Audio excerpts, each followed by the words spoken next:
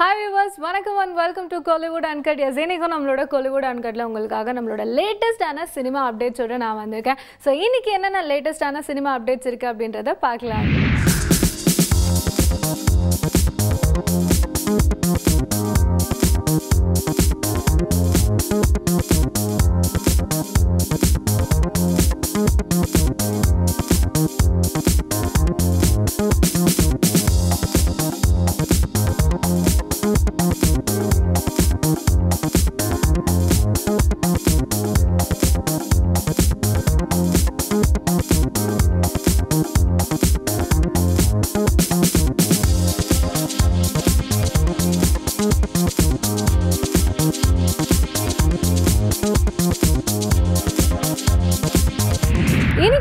Kollywood Uncutல நம்ம first பார்க்க போறது மூணே வார்த்தை டீம் இன்டர்வியூ தாங்க.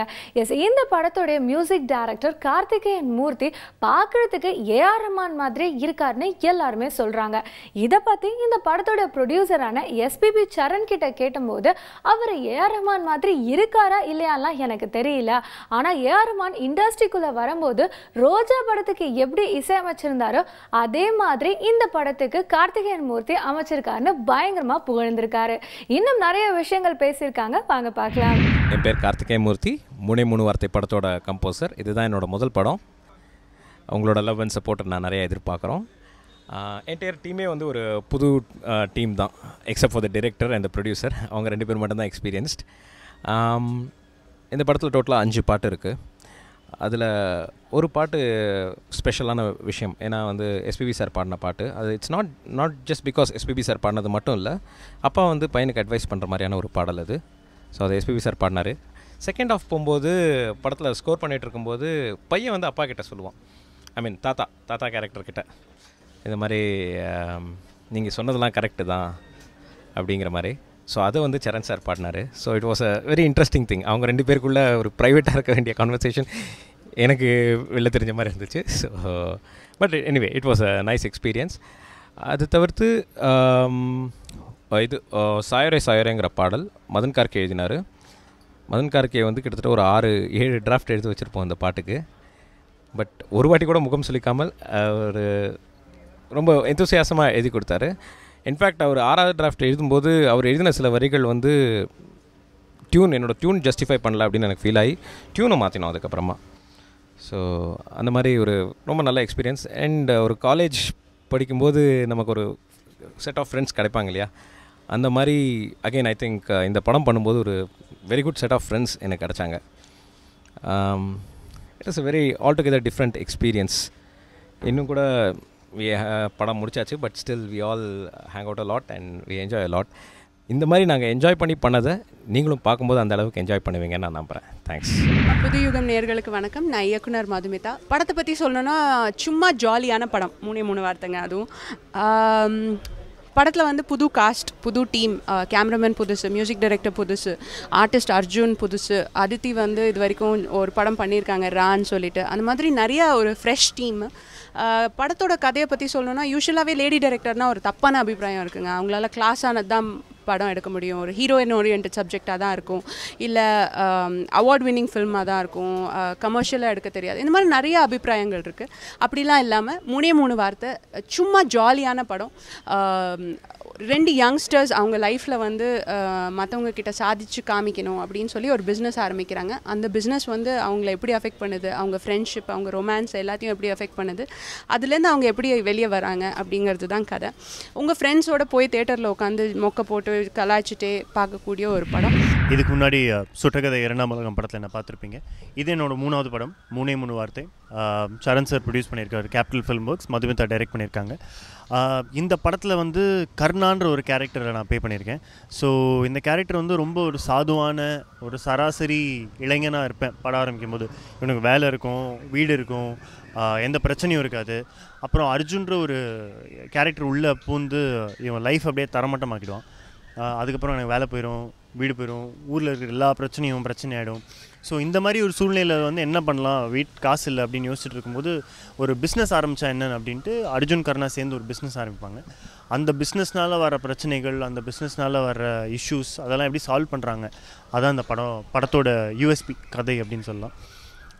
படத்தில் என்னை தவிர வந்து அர்ஜுன் அதித்தின் 2 பேர் நடிச்சிருக்காங்க. 3 பேருக்குமே இது ஃபஸ்ட்டு 2-3 படமாக தான் இருக்கும். அர்ஜுனுக்கு டெஃபினட்டாக அது ஃபஸ்ட்டு படம், ரொம்ப நல்லா பண்ணியிருக்காரு.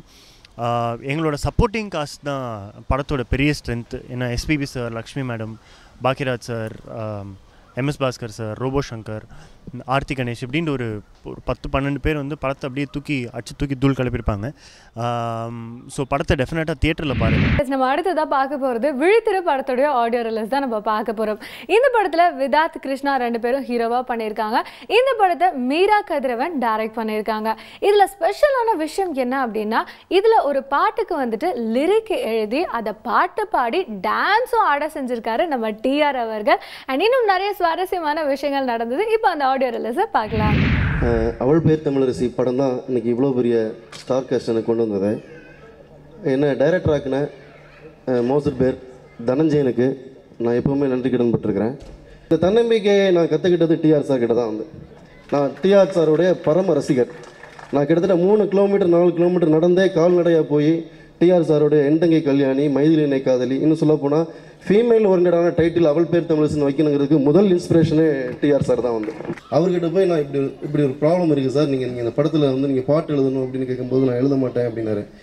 பாட்டு கேட்டுட்டு சார் கொஞ்சம் ட்ரெண்டியாக எழுதினோடனே நானே எதிர்பார்க்கல. பார்த்தீங்கன்னா ஸ்டேட்டஸ் இப்போ சிங்கிள் தான், ஆகும் மிங்கிள் தான், டேகும் பண்ணிக்கலாம், ஷேரும் பண்ணிக்கலாம். நான் அப்படியே கட்டி பிடிச்சேன். ஒரு மனுஷன் இன்றைக்கி கான்டெம்பரரியாக இன்றைக்கி இருக்கிற ஒரு யங் ரைட்டர்ஸை கூப்பிட்டா கூட அப்படி எழுதவே முடியாது. அப்லோடும் பண்ணலாம், டவுன்லோடும் பண்ணலாம், வைஃபை இருந்தால் போதும், என் ஒய்ஃபாக தோணுடின்னு.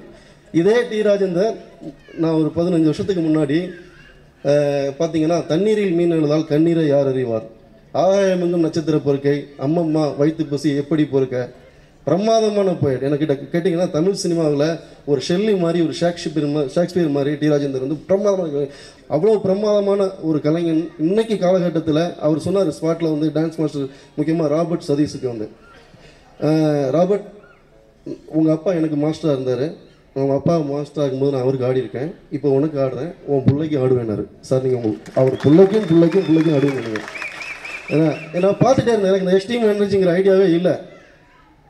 ஒரு பாட்டு அப்படிங்கும்போது பார்த்தீங்கன்னா விட்டுருவாருன்னு பார்த்தா டெய்லி ஃபோன் பண்ணிட்டே இருப்பார். அந்த ஒரு வரி, அந்த ஒரு லைன் எனக்கு பயங்கர, எனக்கு கிட்டத்தட்ட இந்த பாட்டுக்கு நாங்கள் ஒர்க் பண்ண மாதிரி எந்த பாட்டுக்கும் ஒர்க் பண்ணவே இல்லை.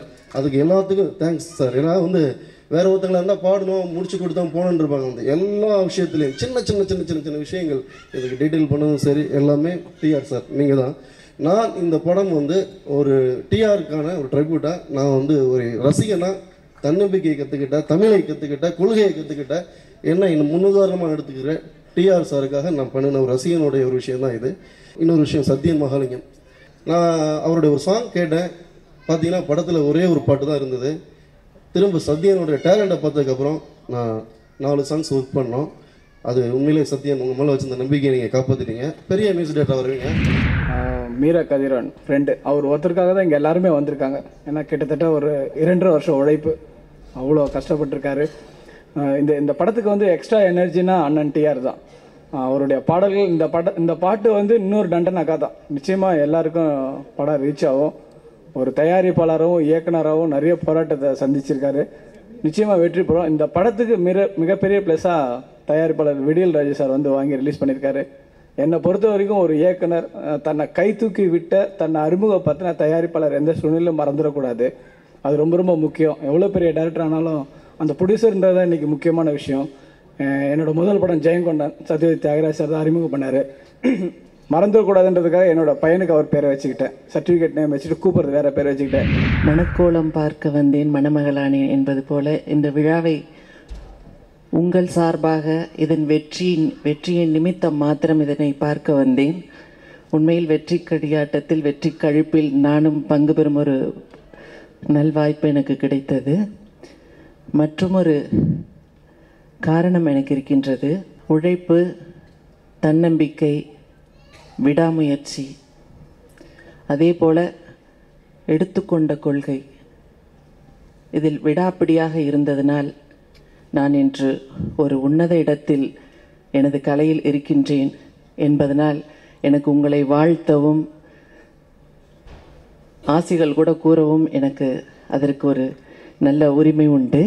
மீரா கதிரவன் அவர்களை எழுத்தின் மூலம் நான் அறிவேன். அதே போல் இங்கு வீற்றிருக்கும் எனது நண்பர்கள் திரு சமுத்திரக்கணி ஆகட்டும் மற்றும் டிஆர் அவர்களாகட்டும், எவ்வளவு உழைப்பின் கீழ் எத்தனை அவமானங்களையும் எதிர்ப்புகளையும் தாண்டி வெற்றியை மட்டுமே உங்கள் முன் படைத்து இங்கு வீற்றிருக்கின்றார்கள். அதே போல நண்பர் மீரா கதிரவன் அவர்களுக்கும் நான் கூறிக்கொள்ள விரும்புகின்றேன், ஒவ்வொரு முறை உங்களுக்கு மனச்சோர்வு ஏற்படும் பொழுதும் எங்களை நினைத்து கொள்ளுங்கள். நிச்சயமாக வெற்றி வெற்றி வெற்றி தான்.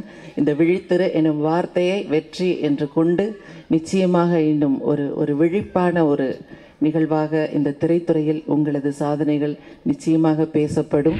நம்ம அடுத்ததாக பார்க்க போகிறது ஒரு சூப்பரான ஈவெண்ட் நம்ம பார்க்க போகிறோம். எஸ், சென்னையில் ரீசெண்டாக வந்துட்டு இந்த ஈவெண்ட் நடந்தது. அண்ட் இந்த ஈவெண்ட்டோட ஓப்பனிங்க்கு வந்துட்டு நடிகர் கார்த்தி அவர்கள் வந்திருந்தாங்க. அண்ட் இந்த கலர்ஃபுல்லான ஈவெண்ட்டை இப்போ நம்மளும் பார்க்கலாம்.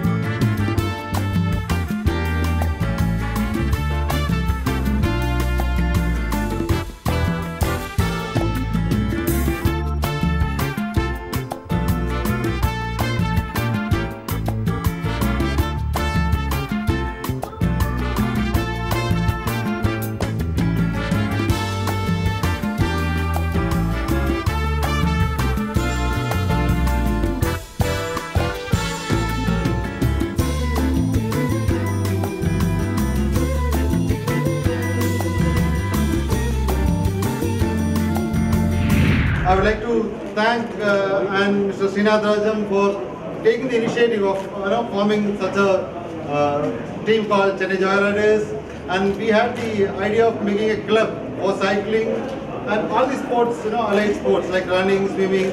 So we approached him and he said, yeah, we will definitely support you, and he has been very kind enough to take us forward to forming this club. CF Square is a club for fitness, cycling, anything to do with sports. So Just by Cycles is part of the CF Square Club as a technical partner.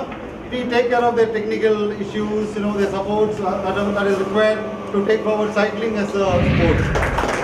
Selfless, for any voluntary group to do something in a world-class way, it really is, speaks very highly of their commitment. And TCC have done a marvelous job in the last 3 to 4 years, especially the last 2 years. Hats off to them. I know Venki is around here, KK is around here.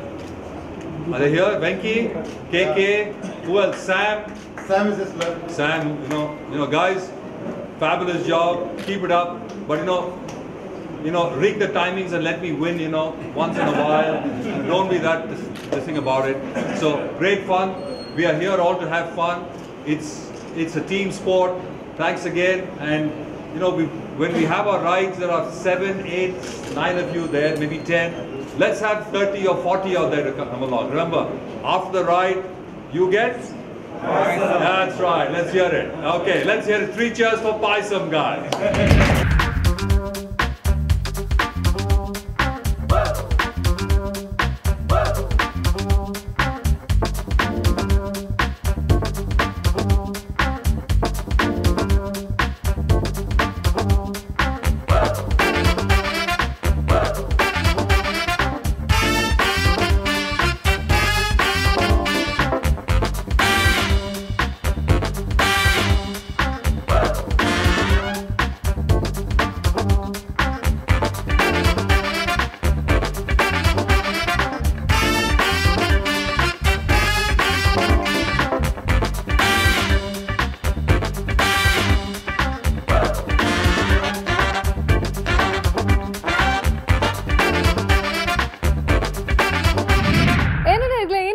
Kollywood அன்கட்ல வந்த லேட்டஸ்டான நம்மளோட cinema அப்டேட்ஸ்லாம் பார்த்து கண்டிப்பாக நீங்கள் enjoy பண்ணியிருப்பீங்க. So மீண்டும் நாளைக்கு நம்மளோட கோலிவுட் அன்கட்ல நான் உங்களை சந்திக்கிறேன்.